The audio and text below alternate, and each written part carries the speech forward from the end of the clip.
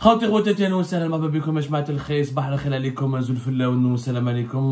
que vous allez bien, j'espère que vous vous portez bien.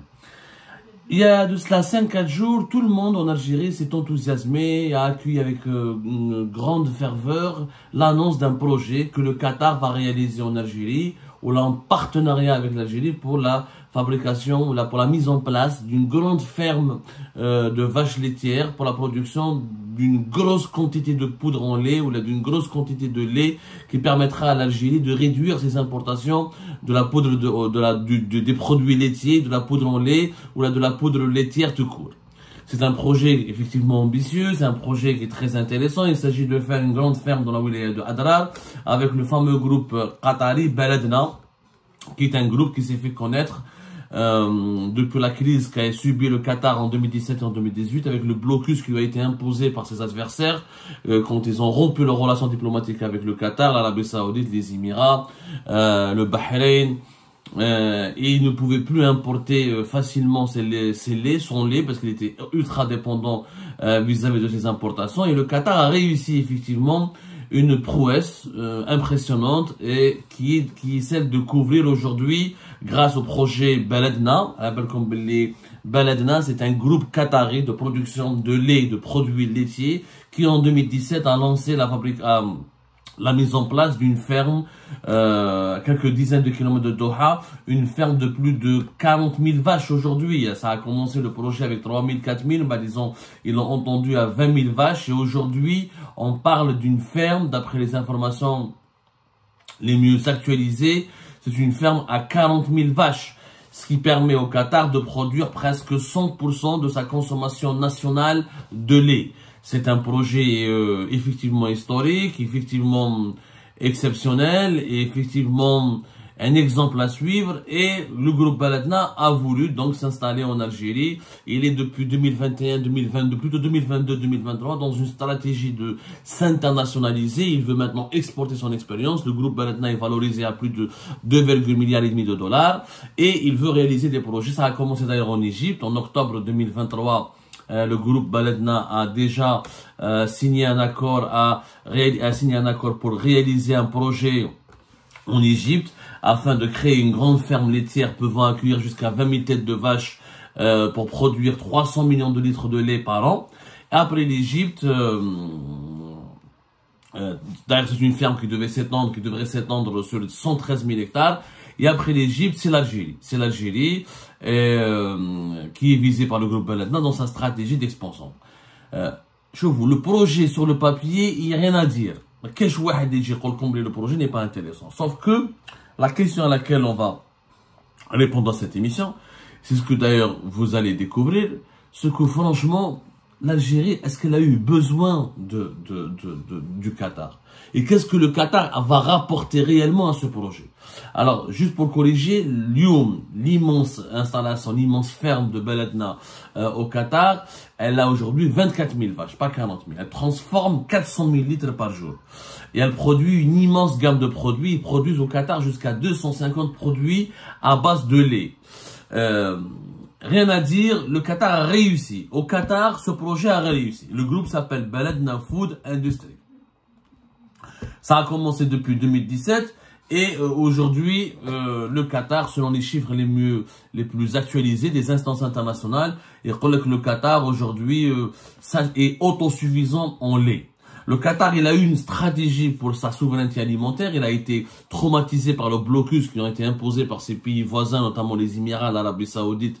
Les deux grands frères, les deux grands voisins qui voulaient l'aspirer, qui voulaient l'étouffer lors de la crise des pays du Golfe entre 2017 et 2021. Et il a établi une stratégie. Il voulait donc gagner ou garantir son autosuffisance alimentaire. Ça a commencé, l'objectif a été réussi par le lait. Auparavant, avant le blocus, le Qatar produisait uniquement 10% de ses besoins en lait. Aujourd'hui, il couvre depuis 2023 la totalité de ses besoins en lait. Maintenant, le Qatar s'intéresse à d'autres secteurs. Par exemple, le poisson, le Qatar, 30% de ses besoins sont satisfaits par sa production nationale. Il veut aller vers 90%. La production des viandes satisfait uniquement 19% de son marché. Lui, il veut aller au-delà de 30%. Les légumes, par exemple, il veut atteindre 70% de son autosuffisance alimentaire, et les 70% de ses besoins en légumes, il veut les produire localement. Il a une stratégie intéressante. Sauf qu'en Algérie, le projet Baladna, on parle de 3,5 milliards de dollars. Que vont faire les Qataris en Algérie? Le problème de l'Algérie, c'est que quand des investisseurs étrangers ils viennent pas avec leur argent. Ils ne mettront pas leur argent. Ils essaient de nous vendre toujours leur expertise. Sauf que pour la production de lait, le Qatar n'a pas d'expertise. Le Qatar, il a de l'argent. Pour le projet Baladna à Doha, ou dans les environs de Doha, il a réussi. Pourquoi? Parce que le Qatar s'est pas cassé la tête. Il a trouvé un espace qui est situé à 60 km au nord de Doha, la capitale du Qatar. Il a ramené les meilleurs experts du monde. Les Américains, les Irlandais, les Hollandais, qui sont des Occidentaux. Le Qatar n'a pas d'experts dans la production de lait. Il faut comprendre, la production du lait, le Qatar, c'est pas sa spécialité. Le Qatar s'est pas cassé la tête. Il a ramené les meilleurs experts au monde, qui sont essentiellement des Irlandais, des Hollandais, des Américains et des Australiens. Et des Français. Maloufine, les grands producteurs, les grands connaisseurs, ceux qui maîtrisent réellement les savoir-faire dans la production de lait sont connus dans le monde. Les Pays-Bas, la France, Australie, États-Unis, Irlande sont très connus. Donc, le Qatar n'a pas de savoir-faire. En Algérie, il y a des projets, ce que ne dit pas le gouvernement algérien ou ce que ne veut pas dire le gouvernement, la presse algérienne, c'est que ce projet, les Qataris ne vont pas tout financer. Le projet, il a été créé, il y a eu d'ailleurs une conférence de presse. Pour le moment, le projet, la première phase, ne débutera qu'en 2026. Alors, déjà, c'est un projet qui arrive tardivement et que l'Algérie, franchement, aurait pu faire toute seule sans l'aide du Qatar. C'est-à-dire qu'un projet pareil, l'Algérie avec son argent, avec les réserves de change tawana qui sont aujourd'hui de plus de 80 milliards de dollars, mais c'est un financement qatari. D'autant plus que le Qatari, tu peux faire ce que le Qatar a fait. L'Algérie toute seule, elle peut ramener les meilleurs experts du monde. On a le terrain, on a Adrar, on a le Bayed, on a Naama, on est un pays continent. Avec mon propre argent, je crée un groupe spécialisé dans une expérience pilote. Je paye les meilleurs experts du monde. Allez, parce que le projet ADA, c'est quoi? Alors, les Qatar, d'abord, ils ont créé un accord, ils ont signé un accord. C'était le mercredi dernier. On était quoi le mercredi dernier? On était le 24 avril dernier. C'était un accord qui a été signé pour créer un partenariat, pour créer ce qu'on appelle une joint venture. Une joint venture a dit, elle appartient à 49% au Fonds national d'investissement, le FNI, c'est l'État algérien, et 51% par la partie qatari, qui est le groupe, qui est la société qatarienne, le groupe qatari Baladna. Le financement, parce qu'au moins ils ont parlé pour développer ce projet-là il a un plan de développement sur 4 phases. La première phase commence en 2026 et la dernière phase dépassera 2030. Ce sera 9 ans plus tard. 9 ans plus tard. Pour pouvoir, pour réussir à produire, les chiffres qui ont été communiqués par la société qatari elle-même, l'objectif est de produire 194 000 tonnes de lait en poudre annuellement. Sur une ferme qui va avoir une étendue de 117 hectares. Il y aura 3 complexes. Chaque complexe va englober une exploitation fourragère et une exploitation d'élevage bovin. Il y aura une unité de production de lait en poudre. Alors, à l'échéance de la 9e année, parce que le projet va se terminer d'ici 9 ans, il va débuter 2026, il va se terminer 9 ans plus tard. Calculer 9 ans plus tard, pratiquement 2035. Ce qui est quand même énorme, on est très très loin encore.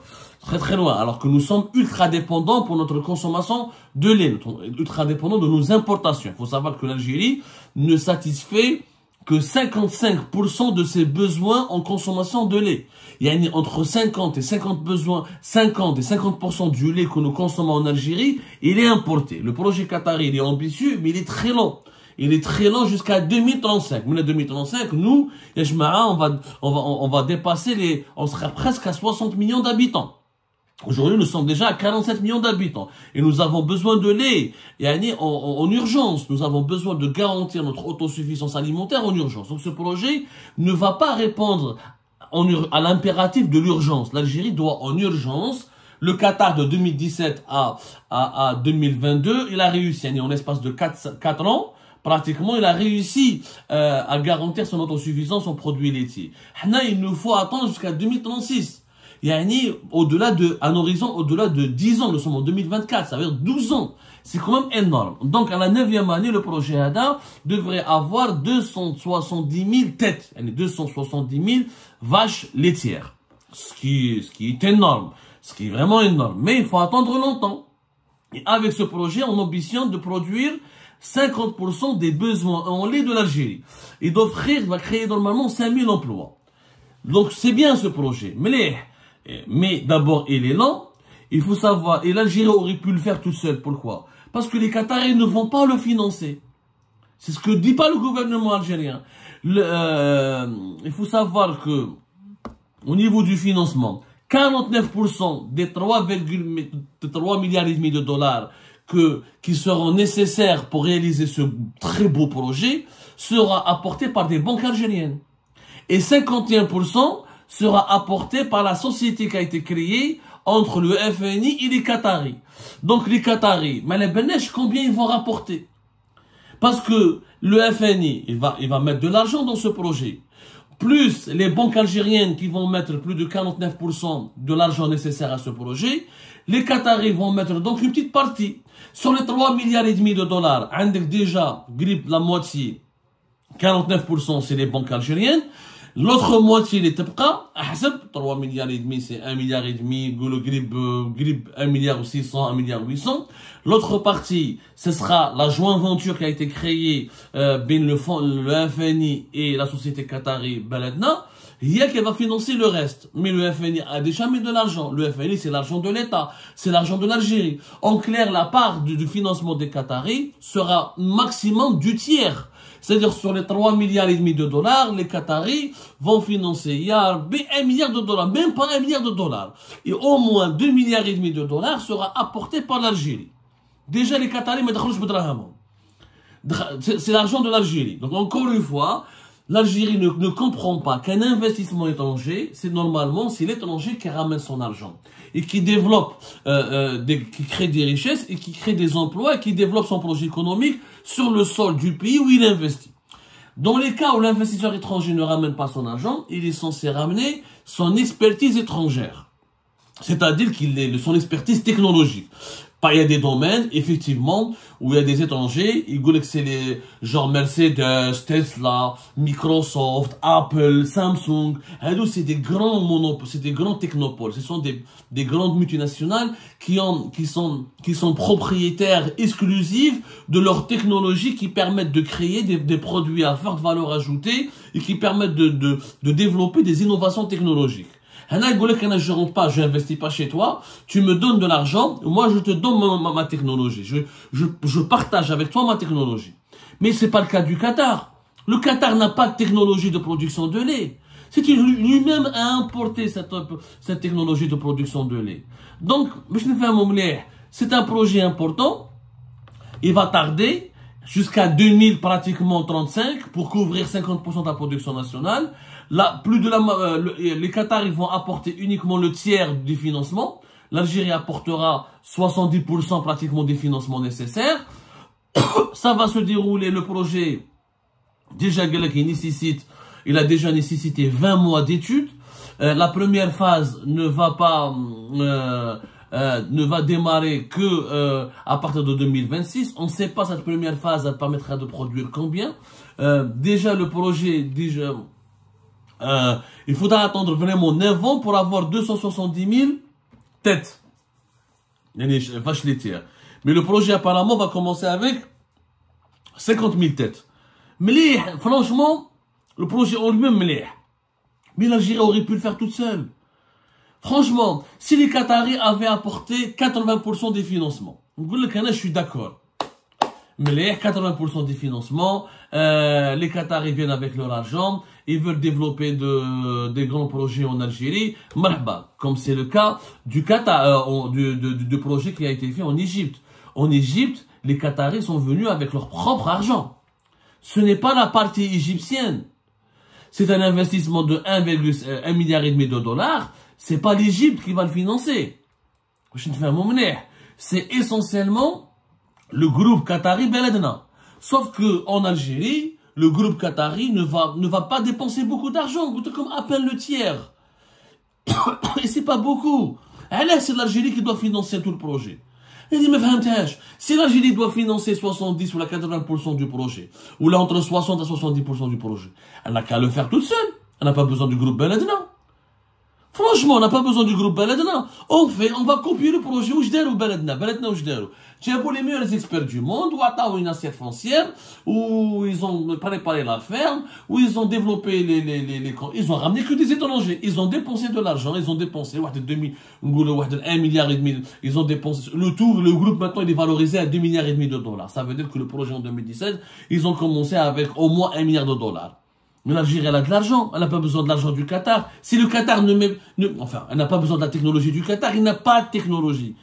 Si le Qatar avait financé 80 ou la totalité de ce projet, c'est un très bon coup pour l'Algérie. C'est pas, encore une fois, on n'explique pas aux Algériennes et aux Algériens la vérité qui se cache derrière ces projets-là. On leur dit pas que le financement, c'est 49% des banques algériennes. La joint venture, c'est le Qatar ne détient que 50% ou la 51%.